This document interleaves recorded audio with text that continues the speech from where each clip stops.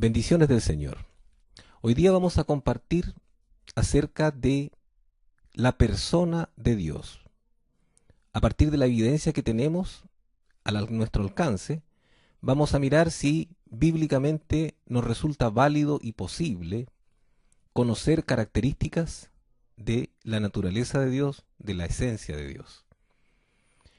Y vamos a comenzar con los versículos en Romanos 1:20 y 21 que dicen: porque las cosas invisibles de Él, su eterno poder y deidad, se hacen claramente visibles desde la creación del mundo, entendiéndose por medio de las cosas hechas, de modo que son inexcusables, porque habiendo conocido a Dios, no lo glorificaron como a Dios, ni le dieron gracias, sino que se entregaron a vanas especulaciones, y su necio corazón fue entenebrecido.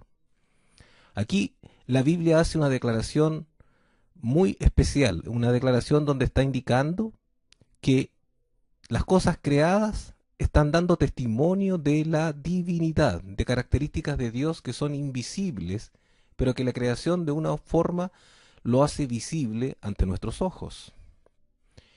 Esos versículos son bastante interesantes porque pueden llevarnos a enfocar nuestra vista para llegar a discernir espiritualmente a la persona de Dios.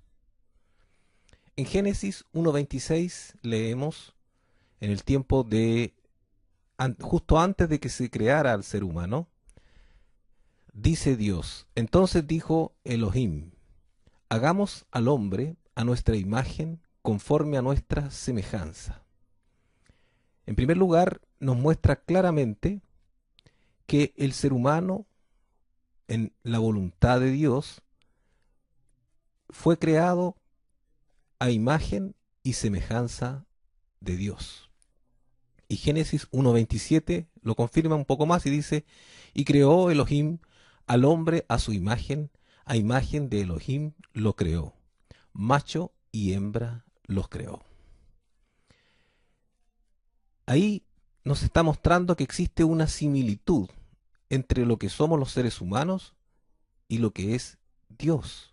Ahora vamos a desarrollar con cuidado este tema para hacer la analogía y la inferencia que se esté ajustando a lo que dice la Escritura en cuanto a cómo es Dios, cómo es su ser, cómo es su naturaleza. Primera Corintios 2:9 nos informa de otro elemento que es estratégico para poder avanzar en un discernimiento de la persona de Dios. Dice: antes bien, como está escrito, cosas que ojo no vio, ni oído oyó, ni han subido en corazón de hombre, son las que Dios preparó para los que lo aman. Pero Dios nos las reveló por medio del Espíritu, porque el Espíritu todo lo escudriña, aun las profundidades de Dios. Fíjese que aquí la Escritura está señalando que el acercarse y el entender las maravillas de Dios no pasa simplemente por un esfuerzo intelectual, ni por una capacidad humana, sino que depende de un acto de revelación de parte de Dios sobre nosotros. Y es algo que Él ha preparado, dice la Escritura, para los que lo aman. Es decir, si una persona no ama a Dios, sino busca su revelación, va a tratar de hacer esta inferencia de las características de Dios y no le va a resultar, porque son cosas que Dios tiene preparadas precisamente para los que lo aman. Y Él las muestra por amor a los pequeños que con humildad quieren discernir y quieren entender sus maravillas. Entonces sí, Dios se muestra en toda la creación. En el ser humano tenemos una imagen y semejanza de Dios que nos pueden ayudar mucho a tratar de discernir cómo es Él. Pero ante todo, esto es imposible si no se produce en un acercamiento con amor, con reverencia, con respeto y con búsqueda de esa revelación que viene de parte de Él.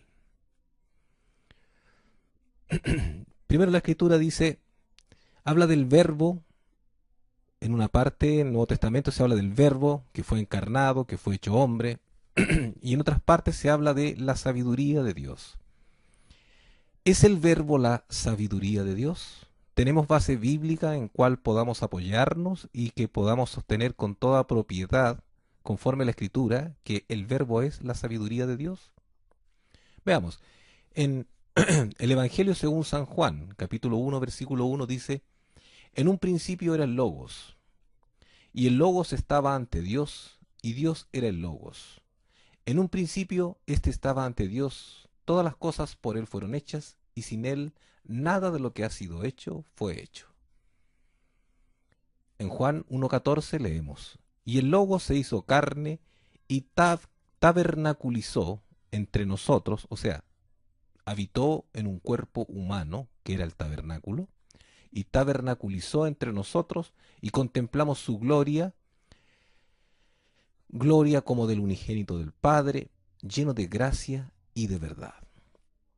Entonces ahí nos está diciendo que el logos, el verbo, como dicen otras traducciones, habitó entre nosotros en un tabernáculo humano, en un cuerpo humano, lleno de gracia y de verdad. En 1 Corintios 1.24 se nos ayuda a enfocar nuestra vista, nuestra atención en si es ese verbo, ese logos, la sabiduría de Dios. Dice, mas para los llamados, tanto judíos como griegos, el Mesías es poder de Dios y sabiduría de Dios. Entonces, 1 Corintios 1.24 claramente está señalando que el verbo, el logos, que habita en el cuerpo de Jesús, primero como niño, y que después se desarrolla y crece y llega a ser un adulto, y que al acercarse a Juan el Bautista recibe testimonio de que desciende sobre el Espíritu Santo, es el Cristo, este ungido de Dios. Y este Mesías tiene, conforme a 1 Corintios 1.24, el sinónimo Mesías es poder de Dios y también es sabiduría de Dios. Entonces el verbo propiamente, conforme a 1 Corintios 1.24, sí es la sabiduría de Dios. En Juan capítulo 17, versículo 5 dice el Señor Jesús, y ahora Padre, glorifícame tú junto a ti mismo con la gloria que tenía junto a ti antes de existir el mundo. Ahí Jesús le está señalando a Dios antes de entregarse en el sacrificio en la cruz. Le está pidiendo a Dios Padre que lo glorifique junto a Él con la gloria que tenía antes de existir el mundo. Le está pidiendo que lo eleve a una posición alta y elevada que a Él le pertenece y de la cual Él se despojó cuando se hizo hombre. En Proverbios 8:22, hablando de la sabiduría, dice, Jehová me poseía en el principio, ya de antiguo, antes de sus obras. Eternamente estaba establecida ya en el principio, antes de los orígenes de la tierra, antes de los abismos, yo estaba engendrada. Antes que fueran las fuentes de muchas aguas, antes que los montes fueran fundados, antes que los collados, yo estaba engendrada. No había hecho aún la tierra, ni los campos, ni el principio del polvo. Cuando estableció los cielos, allí estaba yo. Aquí está hablando de la sabiduría. Ya habíamos hecho un enlace en 1 Corintios 1.24 con la sabiduría y el verbo, el logos. Hay una palabra que aparece acá en el hebreo que a muchas personas cristianas les causa dificultad para llegar a asimilarlo con Jesús, con el verbo encarnado, con la sabiduría. Y es esta idea de que haya sido engendrada, como dice Proverbios 8.24 y Proverbios 8.25. Pero la palabra engendrada que aquí sale es diferente al sentido que nosotros tenemos y al lenguaje que nosotros ocupamos para hablar de engendrar como tener un hijo, así como lo tiene un hombre con una mujer. La palabra engendrada en este caso viene del hebreo kuhul y significa torcer o hacer girar de manera circular o espiral. Es una señal de un movimiento espiral. Y eso es diferente al concepto de engendrar hijos, como es el caso del ser humano. Hay un concepto distinto. Cuando la sabiduría aquí indica que fue engendrada, se refiere a un concepto diferente al que nosotros entendemos de engendrar en hijos dentro de un matrimonio. Torcer o hacer girar de manera circular o espiral. Es un significado muy preciso que viene del hebreo y que vamos a hacer muy bien en tenerlo en cuenta, tal como vamos a ver en el desarrollo de este tema. ¿Realmente fue engendrado Kuhul, el verbo Dios Hijo? En Proverbios 8:25 decíamos, dice, antes que los montes fueran fundados, antes de los collados, yo estaba engendrada. Y esa palabra engendrada en este caso es bastante especial y específica. En Colosenses 1:13 leemos, quien nos rescató de la potestad de las tinieblas y nos trajo al reino del Hijo de su amor, en quien tenemos la redención, el perdón de los pecados. Y hablando de este Hijo, hablando de Jesús, Él es la imagen del Dios invisible, el primogénito de toda creación. Pero aquí habla del Hijo de su amor, primogénito de toda creación. Colosenses 1:16, porque en Él fueron creadas todas las cosas, en los cielos y en la tierra, visibles e invisibles, tronos, dominios, principados, potestades, todo fue creado por Él y para Él. Y Él es antes de todas las cosas, y todo subsiste en Él. Entonces claramente aquí Colosenses está destacando la posición alta y elevada del Hijo y que representa el primogénito de toda creación, la imagen del Dios invisible. Entonces, siendo la imagen del Dios invisible, al mismo tiempo dice que es el primogénito de toda creación. Y Proverbios 8:25 decía que la sabiduría fue engendrada, pero con un concepto diferente al que nosotros podemos entender regularmente, que tiene un alcance bien específico, es torcer o hacer girar de manera circular o espiral. Primero, hay que hacer una distinción conceptual en el tiempo entre Dios Hijo, el Verbo, el Logos, y el Hijo de Dios, que es el Verbo que comenzó a habitar en el tabernáculo humano, despojado de su gloria y que ahora ya recuperó su antigua gloria como respuesta a la oración de Jesús en Juan 17:5. Bien, decíamos que este engendrar de Proverbios 8:25 es diferente de el engendrar que se usa en el hebreo para referirse a tener hijos entre un hombre y una mujer.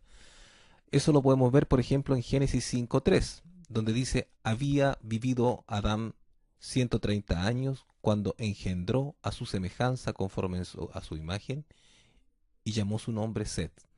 Ese engendró que se usa acá para referirse a un hijo de Adán es del hebreo yalad y significa tener hijos. Eso es distinto a la palabra hebrea kuhul, que es la que se usa en Proverbios 8:25 para indicar que la sabiduría fue engendrada. En Proverbios 8:25 estamos hablando de un soplo del espíritu, un soplo del espíritu. Dice que es girar de manera circular o espiral. Y en Ezequiel 34:9, cuando el Señor hace referencia al valle de los huesos suecos, a los valles de los huesos secos, y que quiere que tomen vida, dice, sopla de los cuatro vientos. Y el Espíritu sopló de los cuatro vientos. Y usted se ve que al soplar de los cuatro vientos el Espíritu, se va a generar un movimiento espiral. Así como el Kuhul, que es la base de la formación de la sabiduría o de Dios Hijo o del Verbo. Es un mover de Dios, ese Kuhul, pero lo interesante es que ocurre antes de la creación, antes de la creación. Y en ese es como una estructuración que Dios hace en su ser para distinguir a Dios Padre de Dios Hijo. Una organización interna. eso marca el principio. El principio a que se refiere Juan 1.1, cuando dice, en el principio existía el verbo. Claro, hubo un principio, hubo un mover de Dios, hubo un actuar de Dios en su naturaleza, antes de crear. No como algo fuera del creador, sino una estructuración dentro del creador. El Kuhul es una organización, un movimiento del espíritu en la propia naturaleza de Dios. Vamos a ver qué testimonios hay de ese Kuhul de Dios en la creación. Romanos 1.20 nos decía que las cosas creadas sirven para testificar de las cosas invisibles de Él, de su eterno poder y deidad. Bueno, en la creación existe un número muy famoso que es el número Phi, 1,6180, etcétera, y una serie de números que tiene una correspondencia muy precisa con la sucesión de Fibonacci, 0,11,2,3,5,8,3 y así en incremento.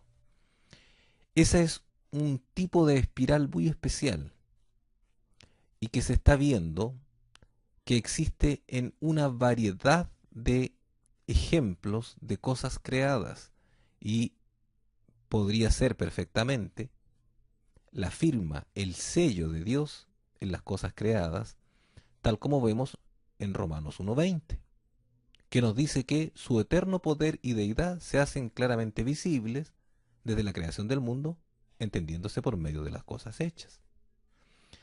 Así, por ejemplo, aquí tenemos un diagrama que nos muestra la ecuación de Fibonacci que forma una espiral.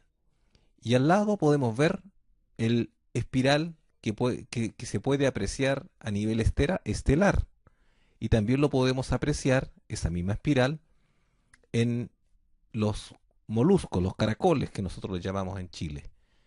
También lo podemos apreciar en algunos tipos de flores, de plantas, en los girasol. Y también un estudio que hizo Adolf Seyssing en relación con las proporciones del cuerpo humano, se aprecia en una cantidad extraordinaria de partes y de su relación en nuestro cuerpo. Ahí tienen en la pantalla un gráfico de un ser humano y las proporciones de phi respecto a 1, cómo se va dando en una gran cantidad de proporciones en el cuerpo. Entonces, este espiral, el número phi, se da en la creación de manera abundante. Y de acuerdo a Romanos 1.20, estaría testificando de un mover propio de el creador. Y ese mover propio, ese cujul, ese torcero a hacer girar de manera circular o espiral, sería precisamente el mover del espíritu que antes de la creación habría estructurado dentro de la naturaleza de Dios a el Hijo de Dios, distinguido de Dios Padre. Veamos. Cuando el Hijo es primogénito de toda creación. ¿Estamos hablando de el nacimiento de Jesús o estamos hablando de Dios Hijo antes de que fuera engendrado Jesús? Mire, una opción en Colosenses 1.15 dice, Él es la imagen del Dios invisible, el primogénito de toda creación, porque en Él fueron creadas todas las cosas, en los cielos y en la tierra, visibles e invisibles, tronos, dominios, principados, potestades, todo fue creado por Él y para Él, y Él es antes de todas las cosas, y todo subsiste en Él. Ahí tenemos una opción, que estemos hablando de esa instancia, antes de que se crearan todas las cosas, y que Él ya fuera esa imagen del Dios invisible, el primogénito de toda creación. Otra posibilidad es tratar de enfocar en Hebreos 2.9, donde dice, pero vemos en aquel que fue hecho un poco menor que los ángeles, a Jesús, coronado de gloria y de honra, a causa del padecimiento de la muerte, para que por la gracia de Dios gustara de la muerte por todos. Es decir, tratar de ubicarlo en el tiempo en que ya era Jesús, Jesús como hombre.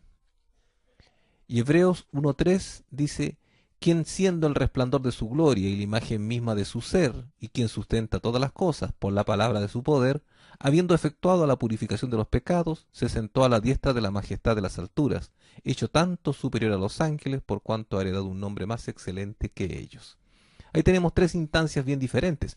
Una antes de que el verbo se hiciera hombre, otra cuando estaba habitando como hombre en este mundo, y otra cuando después recuperó la gloria que tenía antes al lado de Dios Padre. Son tres instancias distintas. La diferencia entre la instancia que anduvo como hombre en este mundo, en Hebreos 2.9, destaca que está hecho un poco menos que los ángeles, un poco menor que los ángeles. Y después vemos en Hebreos 1.3 que quedó hecho, en Hebreos 1.4, perdón, hecho tanto superior a los ángeles. Entonces tenemos tres instancias bien diferenciadas. ¿Cuándo el Hijo es primogénito de toda creación entonces? ¿En qué instancia? ¿En qué momento? Claramente es primogénito de toda creación mucho antes de que naciera Jesús, antes de que fueran creadas todas las cosas, dice Colosenses 1:16.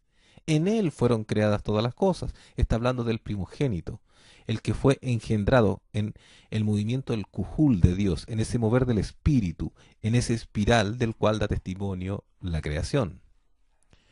En Filipenses 2:5 leemos: considerad entre vosotros lo que hubo también en Jesús, el Mesías, el cual existiendo en forma de Dios, no quiso por usurpación ser igual a Dios, sino que se despojó a sí mismo, el Hijo, tomando forma de siervo, hecho semejante a los hombres, y habitó como Jesús, y hallándose en condición de hombre, se humilló a sí mismo, al hacerse obediente hasta la muerte, y muerte de cruz. Entonces ahí tenemos el proceso en que ese Hijo se hace hombre, se despoja de su gloria y habita en este mundo como Jesús. Y en Juan 17:5 vemos la oración de Jesús en que pide delante de Dios Padre recuperar la gloria que había tenido desde antes como Hijo, como Dios Hijo. Dice: y ahora Padre, glorifícame tú junto a ti mismo con la gloria que tenía junto a ti antes de existir el mundo.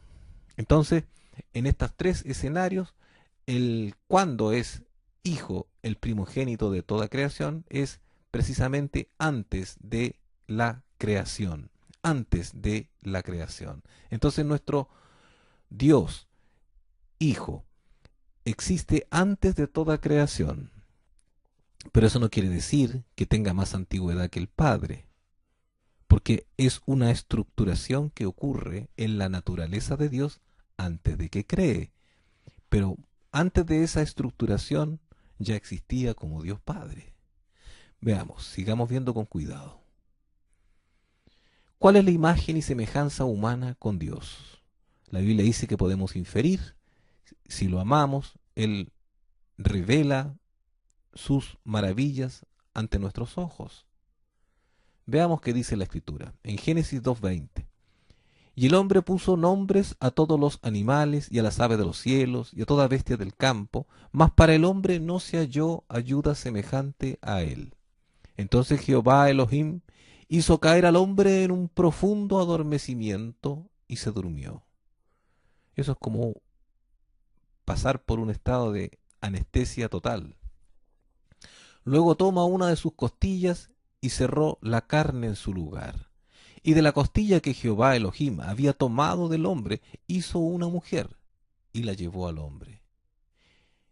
Eso podría tomarse en un lenguaje más actual nuestro como un proceso de clonación, de formación a partir del mismo ser.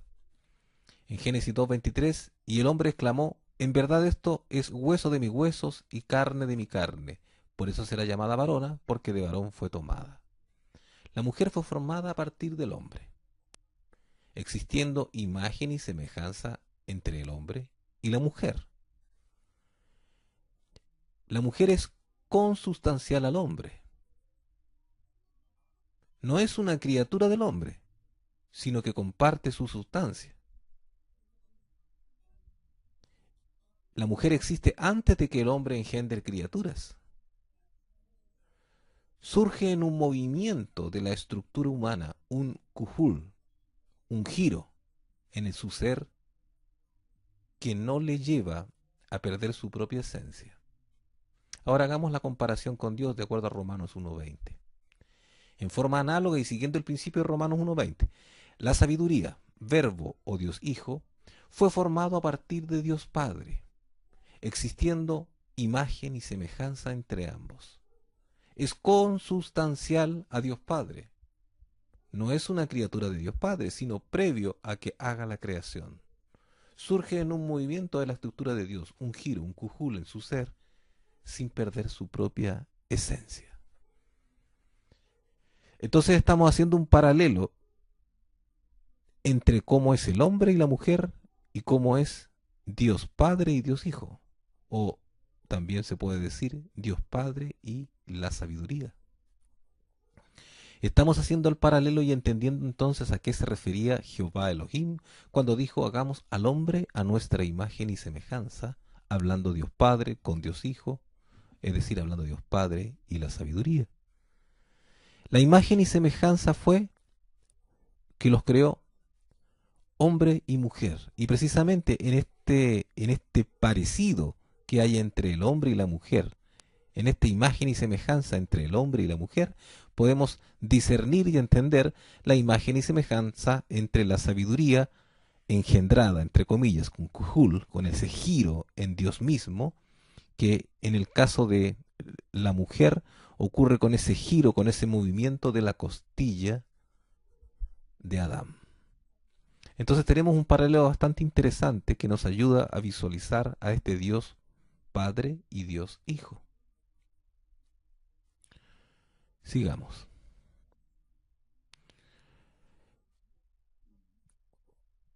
¿Cómo entonces se sostiene lo de Padre, Hijo y Espíritu Santo? Porque nosotros los cristianos hablamos de Padre, Hijo y Espíritu Santo. No solamente de Dios Padre y Dios Hijo, como estamos sosteniendo hasta este minuto, como el parecido que hay, la imagen y semejanza con el hombre y la mujer.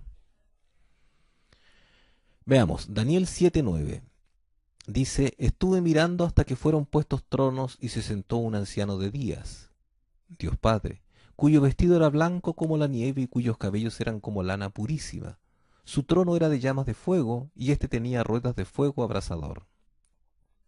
Proseguí mirando en las visiones nocturnas, Daniel 7:13, y aquí con las nubes de los cielos venía uno como hijo de hombre, el Hijo de Dios glorificado, que equivale a Dios Hijo. Y llegó hasta el anciano de días y lo hicieron acercarse ante él. Ahí en esta figura, en esta representación que recibe, la visión que ve Daniel en capítulo 7, versículos 9 y 13, vemos claramente a Dios Hijo y a Dios Padre. Pero todavía no estamos viendo al Espíritu Santo. Sigamos en el análisis. Proverbios 6:16 dice, 6 cosas aborrece Jehová y aún 7 abomina su alma. Y le pido que tome con cuidado ese versículo y que revise el hebreo, porque la palabra alma referido a Dios es, en este caso, nefesh, que significa que respira.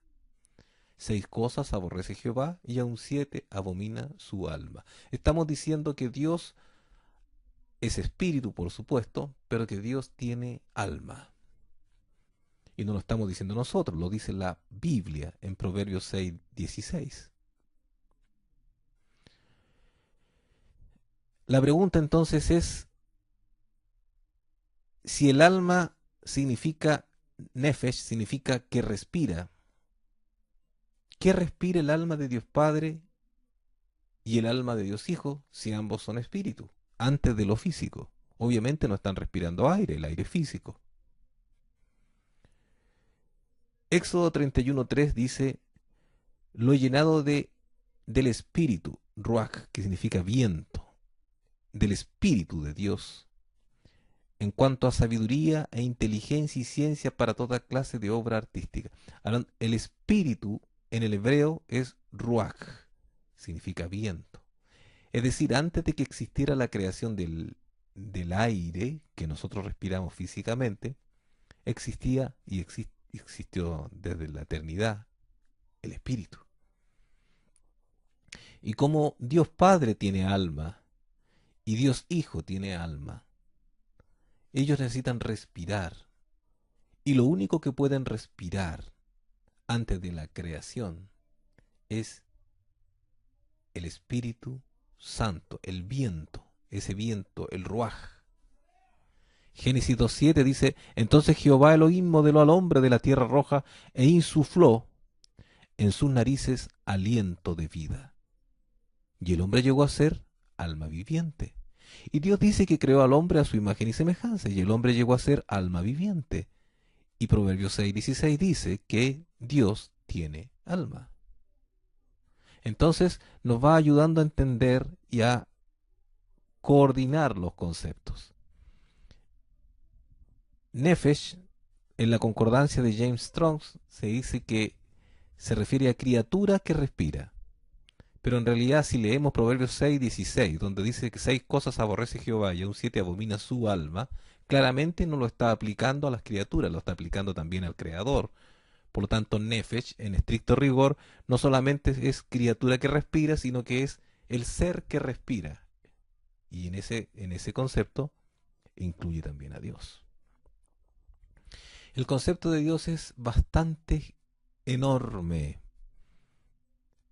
Hechos 17:28 dice, porque en Él vivimos, nos movemos y existimos. Es en el Espíritu en el cual nosotros vivimos, nos movemos y existimos. Salmo 104:29 dice, cuando ocultas tu rostro, hablando de Dios ocultando el rostro frente a nosotros o frente a la humanidad, se turban. Si retiras el soplo, dejan de ser y vuelven a su polvo, vuelven a ser polvo en la tierra. Salmo 104:30, si envías tu hálito, son creados y renuevas la faz de la tierra. O sea, Dios tiene aliento, Dios sopla, así como sopló, insufló en las narices de Adán cuando le dio vida.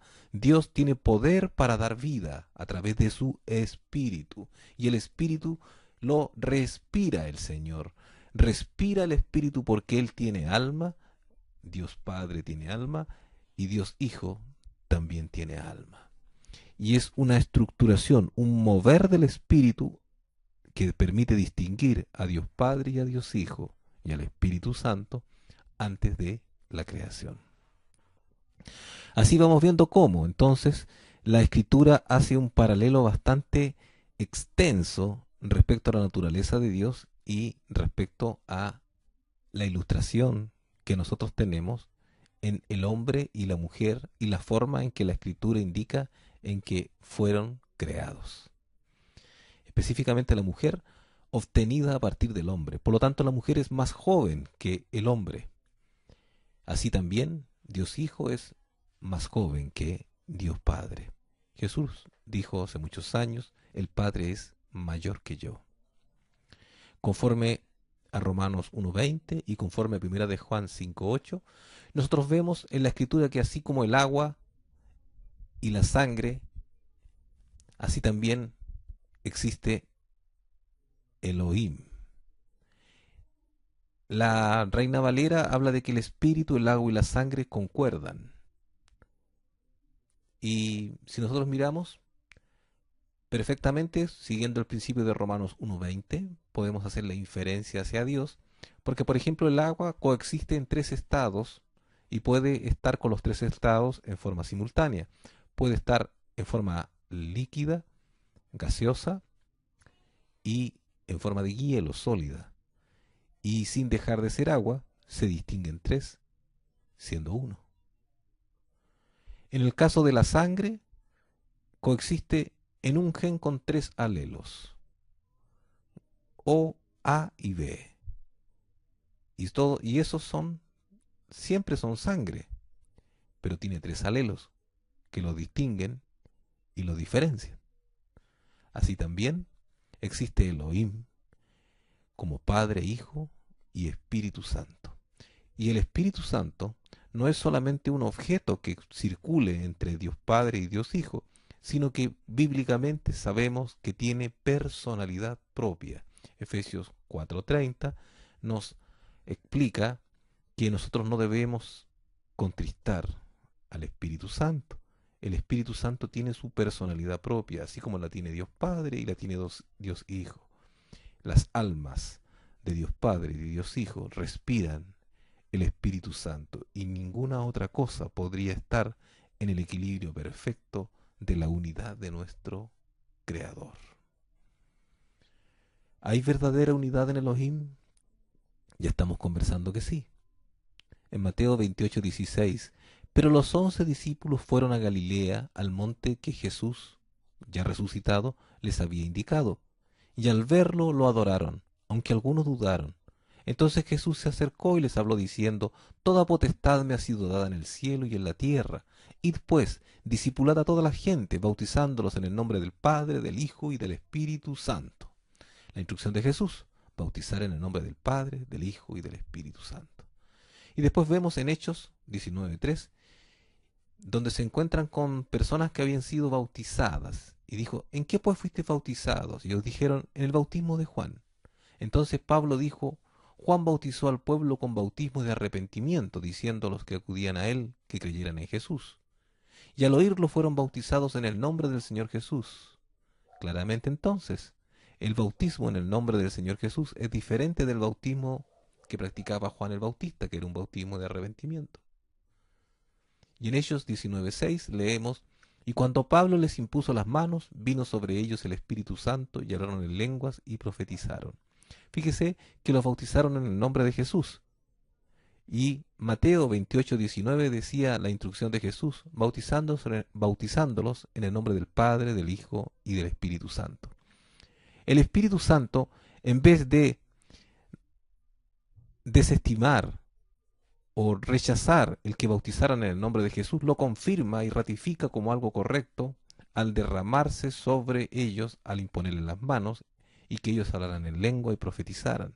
Está siendo confirmado por el Espíritu Santo que el bautismo en el nombre del Señor Jesús es igual al bautismo en el nombre del Padre, del Hijo y del Espíritu Santo.